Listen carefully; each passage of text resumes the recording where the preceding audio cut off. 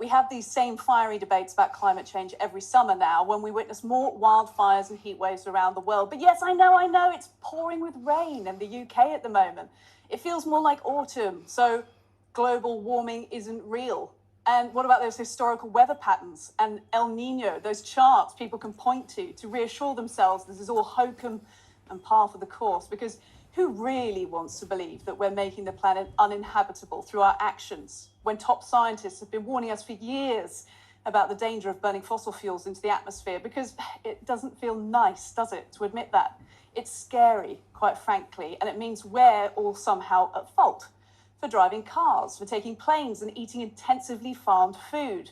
And we're all just trying to live a nice life, aren't we? We're only here for a short time, and things were seemingly fine up until a few years ago. Some people are struggling to pay rent now. There's a housing crisis, and the cost of basic food items is going through the roof. So it's easier to just call the net zero stuff bogus or a scam or even a conspiracy to control the way we live. But I am not here to insult your intelligence like that. I know, you know, there is a difference between global climate change and the daily weather patterns here in Britain. And I know a lot of you actually care about it, even if just for a little bit. Here in Britain, I think we're generally pretty good at doing our part, taking out the recycling, listening to scientists, doing what we can to help others. And it's not like we're in control of a lot of this stuff either. It's the private companies we buy the stuff from and the politicians we vote into power. Recent polling actually showing a majority of Conservative voters considering switching to Labour think that Rishi Sunak has not done enough to tackle climate change. And as if to double down, today, Prime Minister Sunak announcing more than 100 new drilling licenses for oil and gas in the North Sea, a huge investment into fossil fuels at a time when other countries are turning away. The thing is, I think most of us want to keep taking planes to go on holiday, don't we? To escape this wet little island we call home. And trust me, me included, I just came back from a holiday. We want to keep driving our much-loved cars. And I think that's where a lot of this debate comes from. We feel attacked for our choices. So we look for a narrative that makes us feel better. And I'm not here to preach. I'm not here to make you feel better or make you feel worse about those choices. I'm in exactly the same boat as you. I just think we need to find a way to live with all this while not choosing to be stupid because we don't like the truth. If we can have some calm analysis of the facts without hysteria from either side, whether it be Just Stop Oil or the anti-net zero brigade, if we can all just stop attacking each other for the decisions we make, then we can all be better informed, make the choices we want based on that information, and keep an eye on the future we're leaving behind. And I think we would all appreciate that. So what will Britain's legacy be in this debate? And is the government now moving backwards in its approach to tackling climate change? I know what I think. Let's see what these people think. I'm joined by Associate Editor of The Mirror, Kevin Maguire, Harry Wilkinson, Head of Policy at Net Zero Watch, and Just Stop Oil protester Alex de Koning joining us from down the line. Alex, as you're there, I'll start with you.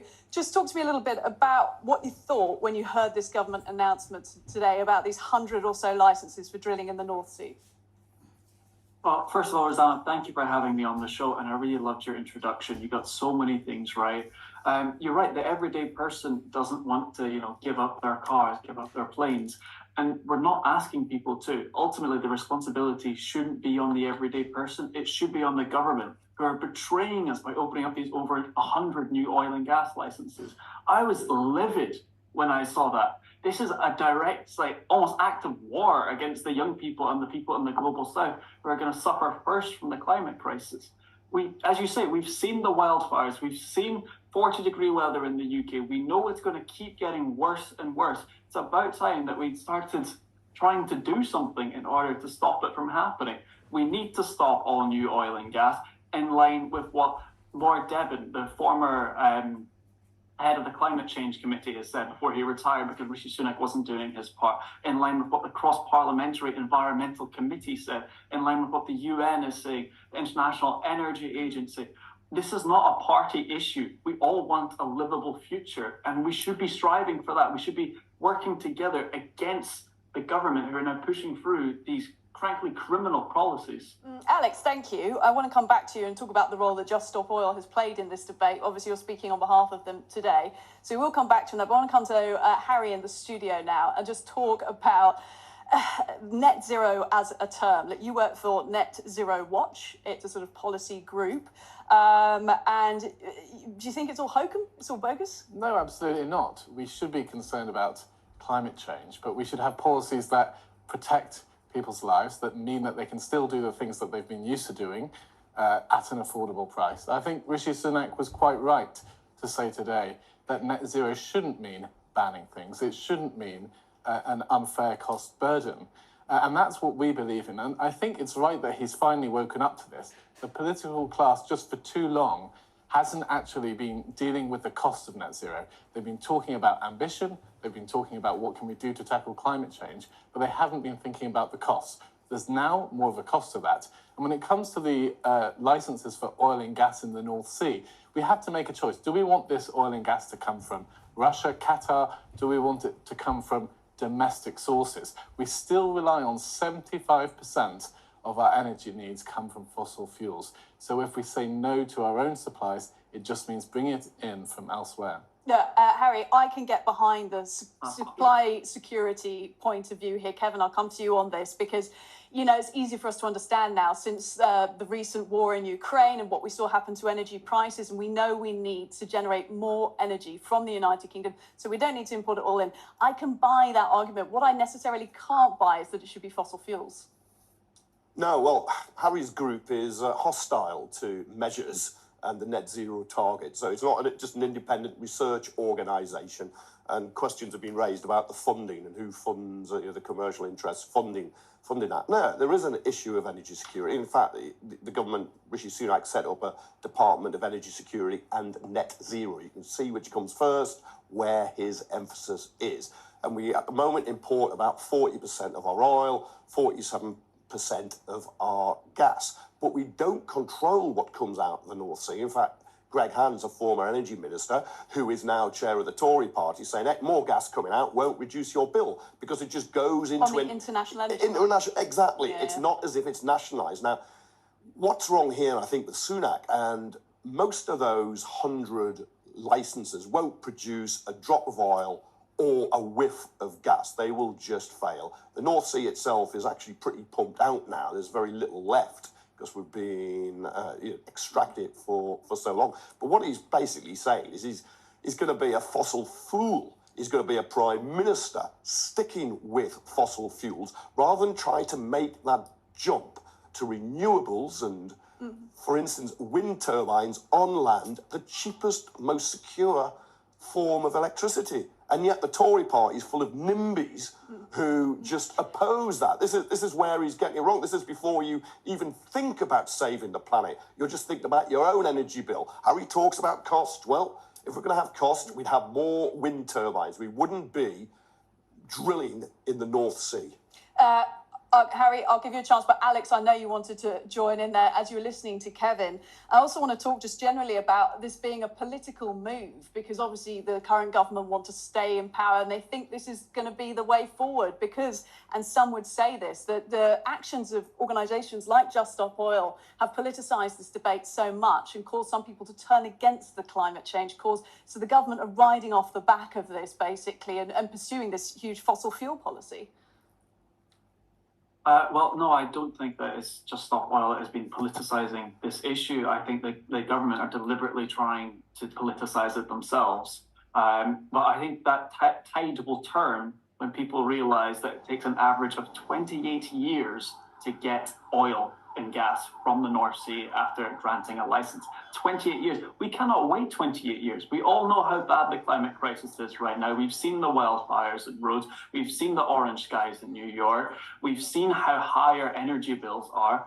We simply cannot wait 28 years. And I think once people have realised that they're being lied to by this government, they're going to be furious. And they too are going to start coming onto the streets and joining other groups like Just Stop Oil, like Extinction Rebellion. Are they going to vote Labour? Or they're going to do whatever they can? Because honestly, it's a farce. They're subsidising millions and millions of pounds into North Sea oil and gas, even though, as one of the guests has correctly said, onshore wind is by far the cheapest form of energy and is being banned right now. Harry, I want to come to you on the sort of the business and the political rationale for this, because there has been some reception internationally today of this, of the Britain's decision to do this and Sunak's government decision, that it's not the right direction to be moving in for investment in the future of the United Kingdom. It's obviously not the right decision for climate change worldwide. No doubt about that, because it's fossil fuels. But it just proves that it's we're a country trapped in the past. We're still trying to generate fossil fuel jobs. Absolutely not. It shows we're being realistic about our energy needs. There are plenty of other countries that are looking at their own energy supplies. It's not an either or. It doesn't stop us looking into renewables if we make sure that North Sea oil and gas can still be exploited. And we have to remember there's 200,000 plus jobs, mainly in Scotland, that are dependent on this industry. Do we just want to let them see those jobs go? Or do we actually want to give time for people to reskill and to have a productive economy? If Britain does net zero expensively, who is going to want to copy us? You look at America's approach that many people have been saying that we should copy, of subsidizing all of these green industries. But the developing world can't do that. You know, they can't afford these huge subsidies. If we want to promote an approach that other countries can copy, it has to be based off competition. We have to discover the most reliable green technologies by allowing them to compete against each other.